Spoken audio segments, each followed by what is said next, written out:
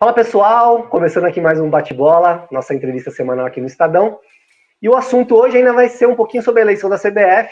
Já tem alguns dias que o Samir Chaldi foi eleito presidente da CBF, com apoio quase unânime das federações, mas não dos clubes. Boa parte dos clubes das séries A e B resolveram nem aparecer no dia da eleição. E um desses clubes foi o Sport.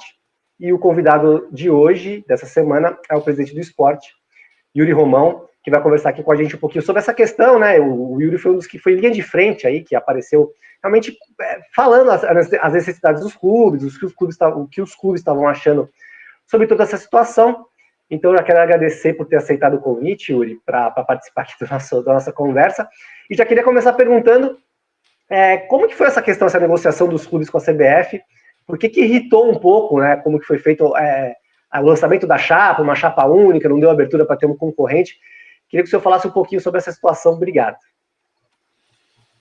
Boa tarde. Enfim, eu não diria que irritou os clubes, né? Acho que talvez a melhor definição para isso nós fomos surpreendidos, né, com a colocação de uma chapa para disputar a eleição, sem que os clubes, as ligas, as duas ligas, né, os dois blocos comerciais, tanto LFU como Libra, tivessem sido consultados. Isso, de fato, nos deixou meio, eu diria até que perplexos, né? Até porque, como foi até o lema nosso, né? Assim, sem clube não tem futebol, não há estádio. Então, achar que vai se resolver os problemas do futebol apenas intramuros, né? Ou seja, num gabinete, isso não é correto, né?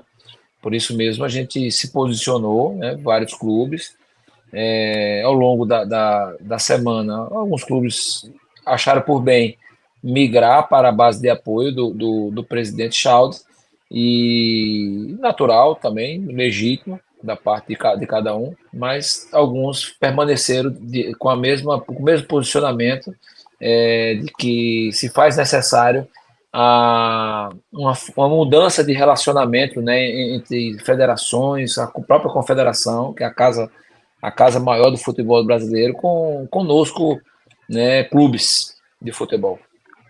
O senhor acha que esse grupo que organizou, que articulou a candidatura do Chaves, poderia ter consultado os clubes, apresentado o nome, apresentado as ideias, antes de lançar de uma vez a chapa?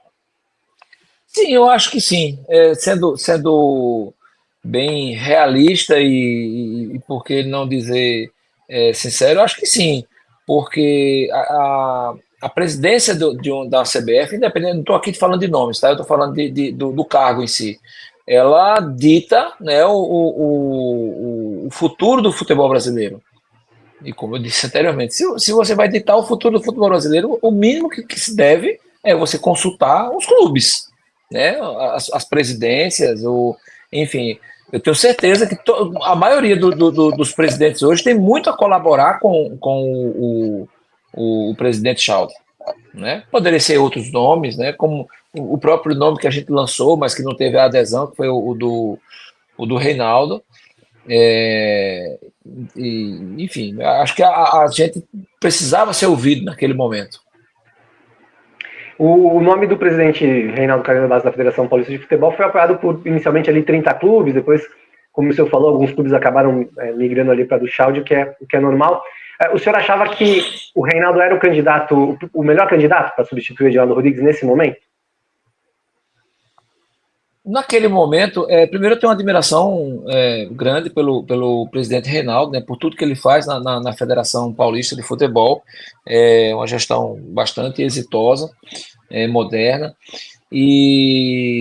mas diante do cenário que a gente tinha ali a gente não foi mais um posicionamento político, ou seja, se o grupo que tinha lançado sua candidatura sequer nos ouviu, então a gente precisaria também ter um candidato de oposição, né, a essa situação, né? Como eu disse, nós estávamos surpresos, nós estávamos atônitos ali, sem saber o que fazer, e foi quando o presidente Reinaldo se colocou à disposição e a gente embarcou na candidatura dele. Então foi mais uma questão assim, um movimento, um posicionamento político até diferentemente de ter propostas. O Reinaldo, a gente sabe que o Reinaldo já teve uma outra tentativa. Foi mais ali, precisamos ter um candidato para se opor a esse que, vamos dizer assim, que colocaram um goela abaixo da gente, mais ou menos isso. Não é só se opor. A questão é, nós não estávamos confortáveis da forma como os clubes foram tratados. Tá? Eu estou dizendo isso de forma muito transparente, muito clara com vocês e até para a sua audiência, porque isso eu também disse ao presidente Chaldi, antes mesmo da eleição dele. E há um reconhecimento por parte da atual gestão de que, de fato, alguns fatos foram atropelados. Né? Então, se nós formos preteridos num primeiro momento de conversar, então cabe a nós buscar uma outra alternativa. E a alternativa que se colocou à disposição foi o presidente Reinaldo da Federação Paulista. Eu entendi. No final, alguns clubes também não foram, né? Até a gente achava até que no final das contas talvez todos os clubes fossem, né? A pressão, a gente sabe como que é a pressão política, medo de retaliação, tudo mais. Mas no fim, realmente, alguns clubes, vários clubes, na verdade, não foram, 20 clubes não apareceram lá no dia para votar. Eu acho que realmente mostrou um movimento aí, não de oposição, mas realmente um movimento de insatisfação, talvez seja essa a palavra. O senhor achou realmente que os clubes manteriam até o final essa questão de não ir? Porque a gente sabe que, por exemplo, na eleição do presidente Edinaldo Rodrigues acabou tendo unanimidade, todos foram, mesmo tendo críticas, né? A gente sabe que muitos clubes tinham críticas à gestão do presidente Edinaldo com relação à arbitragem, calendário e tudo mais. Surpreendeu o senhor realmente os clubes terem se mantido firmes ali e não terem ido na eleição? Não fiquei surpreso, né? Até porque isso foi amplamente discutido. Fiquei surpreso que alguns clubes disseram que não iriam participar e participaram. Isso aí eu fiquei surpreso. Mas da manutenção dos 20 clubes, não fiquei surpreso, não. Isso foi amplamente debatido, isso foi muito conversado, de forma muito transparente, e eu diria até que didático. Ó, se a gente tem um posicionamento político, acho que a gente tem que manter, né? Enfim, a gente lançou uma carta antes mesmo da eleição, né, do nosso posicionamento, nos colocando à disposição para que depois da eleição fôssemos, se fôssemos convidados para conversar, para debater algumas propostas que a gente tem, a gente iria. Né, como você bem colocou, é um posicionamento político, né? Um posicionamento de oposição pela oposição ou algo do gênero. Não, é um posicionamento de que os clubes precisam participar, eu não diria da gestão, mas diria contribuir com a gestão da CBF. Um dos pedidos dos clubes, né, presidente, é a questão do processo eleitoral, né, que a gente sabe que os clubes acabam tendo um voto com peso menor, né, só para explicar para quem está assistindo a gente, na eleição da CBF, as federações estaduais, que são 27, têm peso 3, os 20 clubes da Série A peso 2 no voto, e os 20 clubes da Série A peso 1, né. Se um candidato tem ali 22, 23 federações, ele está eleito, independentemente de quantos clubes ele tem como o apoiando, né. Além das questões das assinaturas necessárias para poder ter a inscrição da chapa. Conversando com o pessoal da CBF, eu pelo menos não senti, nem com o presidente Chaldi, nem com alguns vice-presidentes, uma disposição muito grande da CBF, pelo menos nesse momento, em alterar esse processo eleitoral, que é um dos pedidos dos clubes. Vocês tiveram algum retorno? O senhor acha que é possível essa mudança ou realmente não? Realmente esse peso maior do voto das federações vai continuar?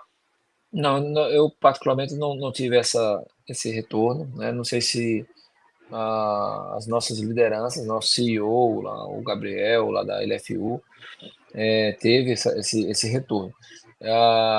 Mas, assim, esclarecendo, né, para quem nos ouve, é importante que haja uma isonomia, né, nessa questão do voto. Mais uma vez, federação, por mais importante que a federação seja, né, na vida do futebol, ela não paga salário de atleta, ela não bota atleta em campo, ela não contrata, ela não Então, assim, por que que ela tem peso 3, né? E alguns clubes importantes, apesar de estar na Série B, tem apenas peso 1, né? Então, assim, eu acho que de forma democrática, o certo seria que todos tivessem o mesmo peso, né? A mesma importância diante do escrutínio do presidente da confederação. E da federação também, que tem a mesma didática daí. Então, Na eu semana, acho que. Oi, pois não. não, na semana passada eu conversei entrevistei na coluna o Ricardo Pou, né, que é o vice-presidente, e ele falou, olha, é algo que a gente vai podemos sentar para conversar tal, mas a gente tem que entender que as federações representam também muitos clubes, né? As federações representam clubes amadores, ligas, né, clubes que não têm divisão. Então, no entendimento dele, esse peso maior da federação também está representando alguns clubes. Né? Pelo menos essa é a visão de parte ali da CBF. É. Enquanto houver esse pensamento, né, esse pensamento aí, eu diria até que meio míope, a gente vai continuar tendo alguns insucessos no futebol. Tá? Acho que eu sou da tese de que a maioria, né, a discussão, que a política é a arte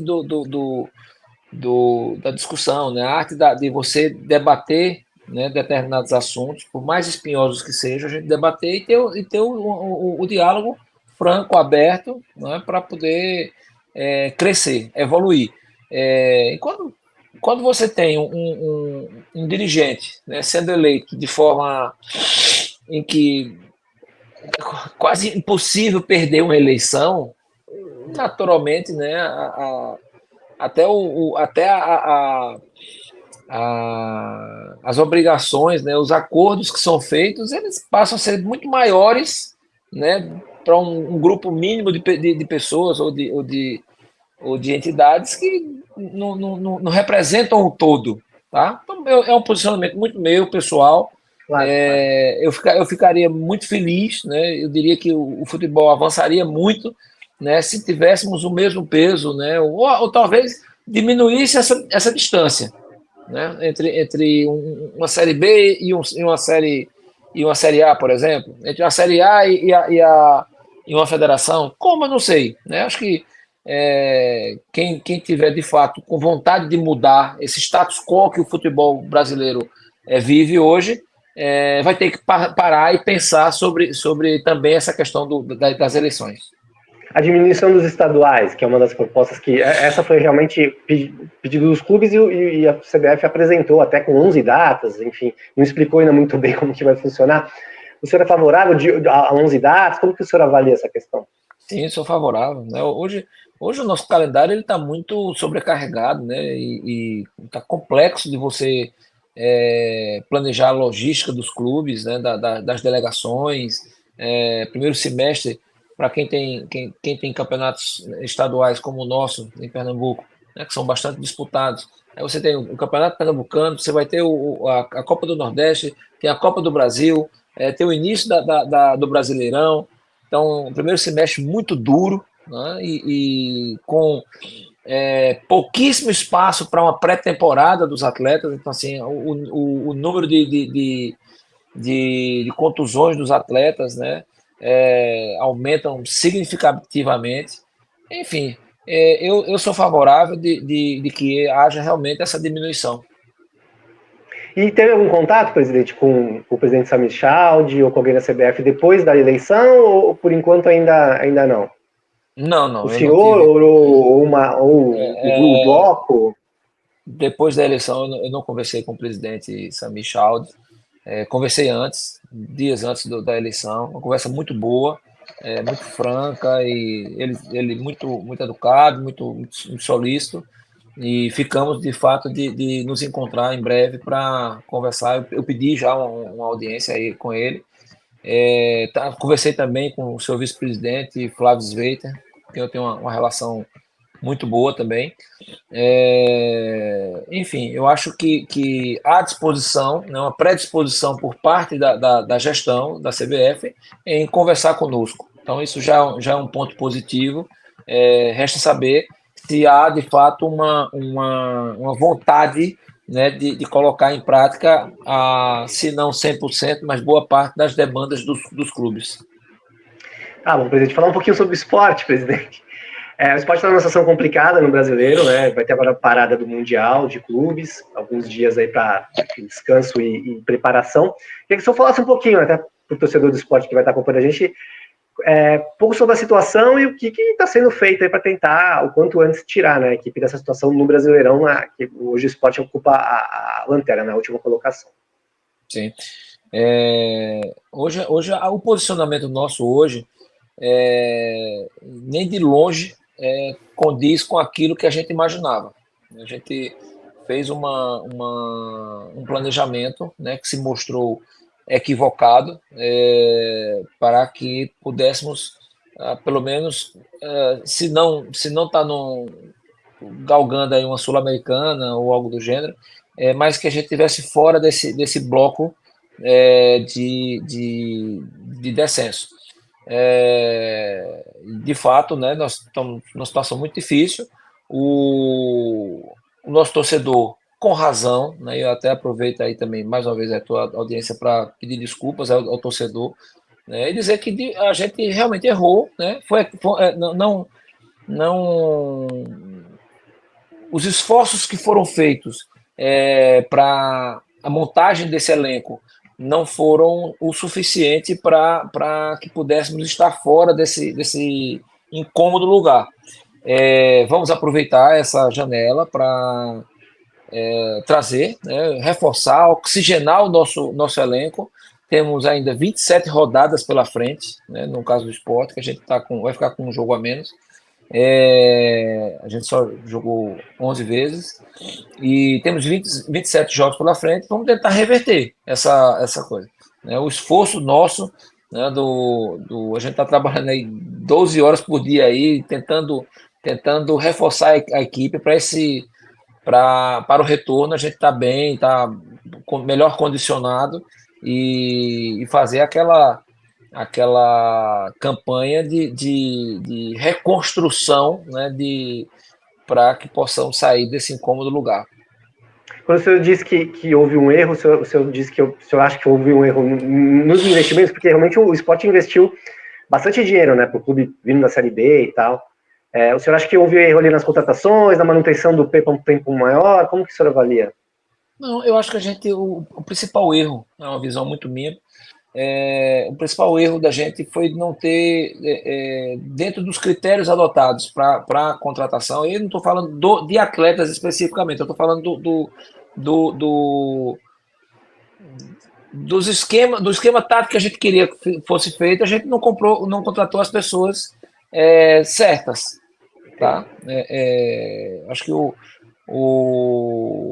a gente se planejou tanto, a gente fez tanto esforço, né? Pensamos tanto, buscamos tanto, mas terminou que errou na análise ou nos critérios, né, por atleta ou por posição, nem por atleta, por posição, né? A gente precisava de atletas mais fortes, né? A gente montou uma equipe muito técnica, né, e com menos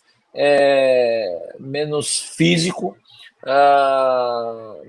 Montamos uma equipe que tem mais gosta mais da posse de bola, né, onde na realidade a gente precisa de uma equipe que seja mais voluntariosa, né, que agrida mais, que vá para frente. Enfim, foi isso. Acho que a nossa análise de critério foi falha nesse aspecto. E está no horizonte do esporte a SAF, presidente? Como que está essa questão? Eu sei que está o turbilhão aí tentando resolver essa questão da produtividade, mas tem outros assuntos que acabam andando paralelamente, né? A questão da SAF é uma delas? A questão da SAF, ela está no âmbito ainda do Conselho, né, deliberativo. O estatuto, ele estabelece que o Conselho precisa montar que a gente está chamando de comitê, né, ou comissão, melhor dizendo, para análise e até mesmo ver qual a melhor modelagem de uma possível SAF para o esporte, para daí a gente seguir em frente. Ainda está no âmbito do Conselho Deliberativo, não chegou ainda no Executivo para que a gente pudesse caminhar. Eu particularmente tenho um posicionamento de que a SAF ela é necessária, né, para qualquer clube, principalmente no Nordeste do Brasil, onde as rendas, né, as receitas são menores do que clubes do eixo sul e sudeste. Ou seja, ter um parceiro financeiro, né, o instrumento pode ser uma SAF, pode ser outros, né? Pode ser SAF, pode não ser SAF, mas assim, já que o modelo SAF, né, a legislação, ela resguarda melhor o investidor através de uma SAF, por isso que a gente fala em SAF. Mas isso ainda não está definido, não acredito que isso vá avançar nesse ano, né, é um ano muito desafiador para nós todos, então não acredito que isso avance esse ano, mas, mais uma vez, é um posicionamento meu pessoal, acredito que se faz necessário ter, né, o clube ter um parceiro financeiro, até porque as nossas receitas, elas não, a nossa geração de caixa, ela não comporta os investimentos que são feitos, por exemplo, com a equipe do Sul e Sudeste. Tá certo, quero agradecer ao presidente Yuri Romão por ter participado aqui do nosso bate-bola aqui no Estadão. Obrigado, presidente. Vamos esperar essa recuperação aí do esporte. Vai ter alguns dias agora para esfriar a cabeça e trabalhar direitinho. De fato, é importante aí a gente. São dias para os nossos atletas descansarem, né? E até porque a CBF, né, até sugeriu esse descanso por conta aí do Mundial e compensar o final do ano. Mas nós, dirigentes, não descansamos, não. Estamos trabalhando até mais do que antes para poder fazer a contratação aí de vários atletas que vão ajudar a gente a sair dessa posição. É isso, pessoal. Valeu. O bate-bola foi dessa semana, Yuri Romão. Até a próxima semana. Um abraço.